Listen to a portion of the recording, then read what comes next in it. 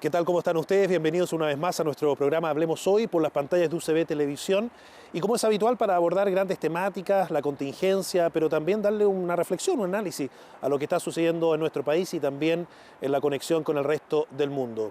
Además, siempre para conocer, abordar, debatir, también profundizar con personajes que están marcando la agenda, están marcando la pauta. En este caso, una persona, diplomático, que ha estado por más de 40 años en el ejercicio de estas actividades, ex subsecretario de Marina, también un referente en el ámbito de las relaciones internacionales de nuestro país.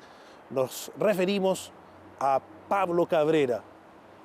¿Cómo está, Claudio? Un gusto saludarlo. Encantado. Muchas gracias por esta conversación, estos minutos, en un mundo que cambia, en paradigmas que comienzan a surgir, en una serie de quiebres también que la opinión pública a nivel internacional observa algunas veces con cierto nivel de incertidumbre. Y de eso y muchas otras cosas queremos abordar y conversar con usted, Pablo. Encantado, pues yo creo que es una gran oportunidad para... Hay mucho tema, mucho cambio, mucha actividad, los países se relacionan, la gente se relaciona, están produciendo innovación, están cambiando los paradigmas, Exacto, como tú bien dices, y creo que es muy bueno conversar sobre estos temas y entregarle un poco a la población algunas ideas más elaboradas con respecto a lo que sucede. Además, recordar que Pablo Cabrera, ex director de la Academia Diplomática, en una semana donde nos ha sorprendido unas declaraciones del embajador en Uruguay, Pablo, donde ¿hasta dónde puede hablar un diplomático? ¿Cuál es el nivel de irradiación de un mensaje? En este caso, recordemos, contextualicemos, de un diplomático que dice, bueno, parte de lo que está aconteciendo en el ámbito del potencial terrorismo en Chile tiene que ver con la ultraderecha, dice él. ¿Hasta dónde puede llegar un diplomático? Bueno, yo creo que las declaraciones son bien desafortunadas.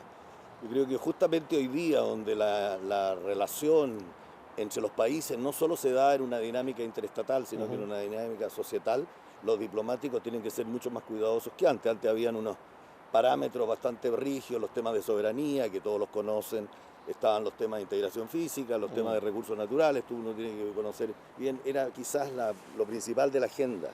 Hoy día la agenda cambia todo el día y hay muchos actores, muchos nuevos temas, la agenda se densifica. Eso significa que hay que prepararse más y también hay que tener habilidades y capacidades específicas que si no naces con ellas hay que prepararlo. Por eso en la Academia Diplomática, en otras actividades la gente se va preparando para enfrentar estas contingencias. Y lo primero obviamente es saber el límite. Yo creo que no se lo puede enseñar nunca a nadie. Yo creo que son problemas de criterios personales y de conocimiento del país y de los impactos que pueda tener hoy día en este mundo globalizado lo que uno dice. Y obviamente que la política interna es un tema que más bien recibir lineamiento de parte del organismo central es mucho mejor también. Ahora, Pablo, en este sentido, la formación del nuevo diplomático en el marco de estos cambios societales, ¿exige habilidades comunicacionales nuevas, usos tecnológicos, criterios, variables que hacen más compleja la labor? Por cierto, bueno, yo puedo hablar hasta el 16 de mayo de este año. Claro. He seguido involucrado en esto a nivel académico. Exacto. Pero, por cierto, yo desde el año 2010 que volví a Chile después de un peregrinaje diplomático largo afuera en distintos países, asumí la dirección de la Academia Diplomática. Y obviamente que la tarea fue poner a tono los desafíos que pone hoy día el rol de la intermediación, el rol de la participación de las personas en la toma de decisiones, la comunicación, el uso, acceso y valor de la información. Y para eso obviamente la tecnología nos agobia, la globalización ya nos agobia. Entonces había que comenzar una tarea en ese sentido, de enfrentar, abordar, participar en el nuevo paradigma. Hoy día la información es un intangible que se transa en los mercados también. Exactamente. El valor de la información, bueno, lo estamos viendo con estos ejemplos. El valor de la información, el acceso es tremendamente importante. Entonces, las redes sociales cumplen un valor, un tema, son un tema. Yo creo que son una contribución a los medios de comunicación diplomáticos tradicionales. Y eso obviamente que cambia la manera de ejercer la diplomacia, de lo que se conocía como las cuatro paredes, en esta interacción dinámica interestatal. Hoy día podemos decir que se trabaja con la sociedad civil. Esta es una frase que se usa mucho, pero hay que tener herramientas y capacidades para trabajar con la sociedad civil. Y hay que estar preparado para enfrentar las demandas de la sociedad civil. En otras palabras, el diplomático debe contribuir junto a otros actores societales, uno más, porque la política exterior es una política pública, debe contribuir a lo que hoy día se llama la gobernanza global. Debe poner al servicio sus capacidades, sus conocimientos y tener un horizonte común de acuerdo a los intereses del país. El interés nacional ha cambiado también. Hoy día ya no es el interés nacional dado por los requerimientos del Estado, es incluso por los sentimientos de las personas. Exacto, una especie de demanda emergente que comienza también a copar la agenda. El poder, ya en la mirada de Pablo Cabrera de estos últimos años, no solo del diplomático, también del ciudadano, del hombre que ha conocido experiencias a nivel internacional. ¿El poder está viviendo uno de sus momentos más complejos, Pablo, cree usted? Yo creo que la difusión, el poder se ha fragmentado. Bien. Obviamente, algunos hablan de la dificultad de la agobernabilidad. Hay gente que le gusta acuñar algunos términos, ¿no es cierto? O la dificultad de gobernar, o la cantidad de actores que tienden a gobernar. Por eso, articular el poder, articular el interés nacional es tremendamente importante. Y para eso, obviamente, que también la diplomacia juega su papel. Juega un papel no solo en la resolución de los conflictos, sino que juega también en control de daño, en neutralizar efectos. Yo creo que a veces se mide por los resultados inmediatos, pero hoy día las cosas tienen una dimensión mucho más profunda. Es como entender un poco las oscuridades también de la historia, ¿no? Y dicen que el cambio se determina con el paso de la historia. Entonces creo que también hay que entender el nuevo concepto del poder, la nueva dimensión del poder, los alcances del poder y muy bien quiénes son los actores que tienen poder. Porque antiguamente el embajador era un representante extraordinario y plenipotenciario del Estado que lo enviaba y el presidente de la República, firmado por carta de autógrafo. Todo eso hoy día son tradiciones, pero obviamente que hay sectores que tienen mucho poder, hay CEO de compañías, gerentes, multinacionales, organizaciones no gubernamentales, empresas. Por eso creo que aglutinar el interés nacional a una suerte de clúster con un objetivo común, el diplomático y las habilidades diplomáticas, el idioma, el conocimiento, la preparación, los estudios. A veces la carrera diplomática bien utilizada, bien puesta al servicio de la sociedad, equivale a muchos másteres y a muchos grados académicos, ¿no? Académicos. Yo creo que eso, y como en todas las instituciones hay gente que vegeta, hay gente que se destaca, hay gente que es más imaginativa, hay otros que son más curiosos y hay otros que no pisan huevos para no quebrarlos y obviamente que hoy día para innovar hay que perseverar, hay que mover el statu quo un poco y hay que contribuir. Exacto. Quiero tomar esto que usted planteaba, Pablo, de la mirada a su vez histórica, esta revisión que uno puede hacer del pasado para sacar las lecciones y empezar a observar estos cambios y estas innovaciones que comienzan a surgir.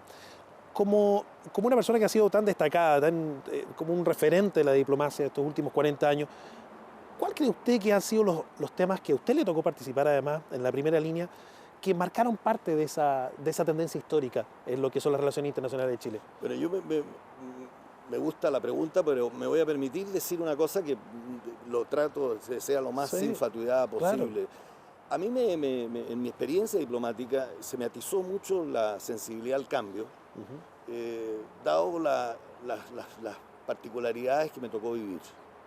A mí me tocó vivir en los procesos de cambio y en las instituciones que cambiaron. A mí me tocó trabajar con las Fuerzas Armadas, por ejemplo, en un momento donde estaba el tema de la transparencia, el tema de la verificación, el cambio de paradigma estaba afectándolo profundamente en lo que se refería al conocimiento de las tareas de las Fuerzas Armadas, entregarlas y acercarlas a la ciudadanía. A la ciudadanía.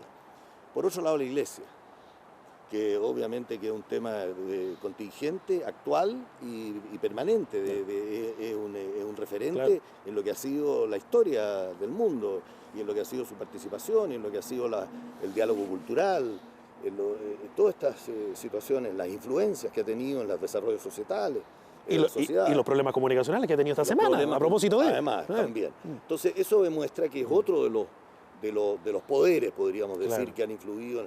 Y el tercero, obviamente, que son en un mundo que era muy bipolar, porque me tocó vivir en países que tenían un sistema distinto a en el escenario donde Claro. nosotros nos movíamos, que me tocó en la época de los 80 trabajar en la Rumania de Ceausescu como jefe de misión.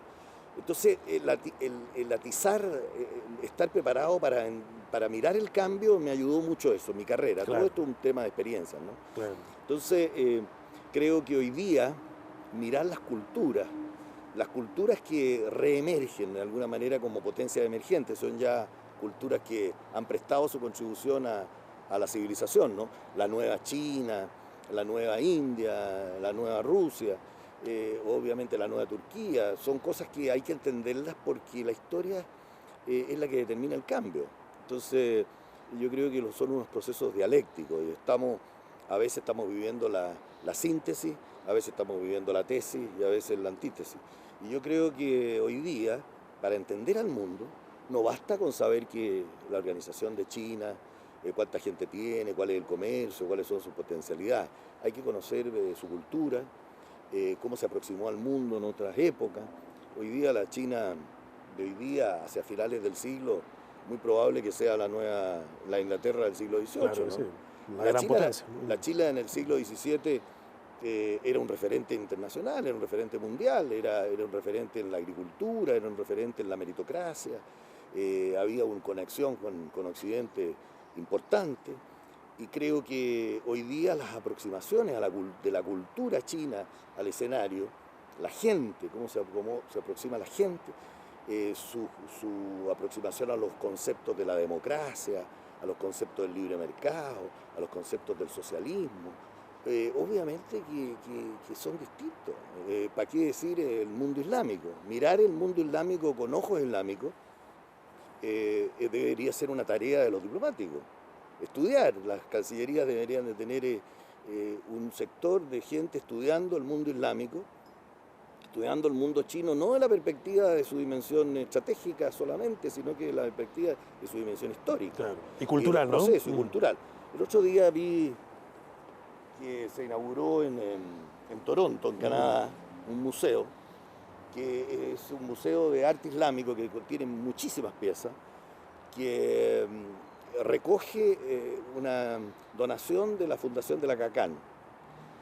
Y me trajo a la memoria algunos libros y algunas cosas que existen y que se señalaba en cuanto al desconocimiento a veces de la cultura islámica, que hoy día, por Dios que lo necesitaríamos para entender estos fenómenos como el ISIS, los califatos, etc.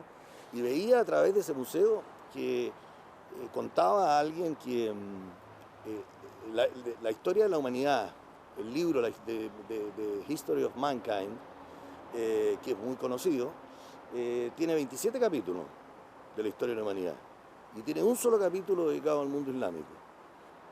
Entonces, creo que esos temas, esos datos, por ejemplo, creo que son importantes hoy día para mirar a la China, para mirar a Turquía, para mirar a Europa, para mirar por qué lo que sucede en Ucrania, de quiénes son las responsabilidades.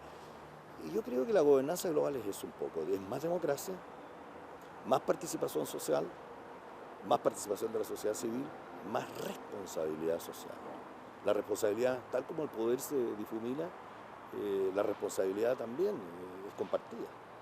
Pablo, me quedo con esa reflexión. Vamos a hacer una pequeña pausa, regresamos de inmediato. Estamos con Pablo Cabrera. Vamos ahora a abordar también parte de lo que está pasando en Chile y lo que ha sido también esa trayectoria de este ex diplomático. Volvemos de inmediato entonces con más Hablemos Hoy.